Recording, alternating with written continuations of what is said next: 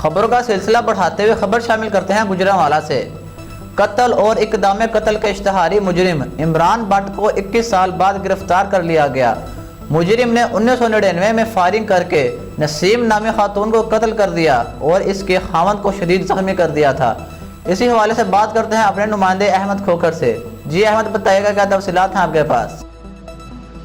جی بالکل، قتل اور اقدام قتل کے اشتہاری مجرم عمران بٹ کو 21 سال بعد گرفتار کر لیا گیا۔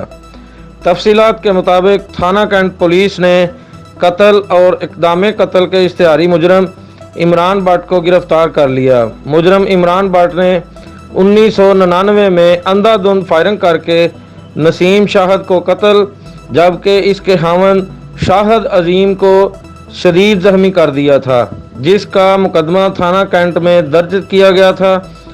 قتل کرنے کے بعد مجرم روپوش ہو گیا تھا۔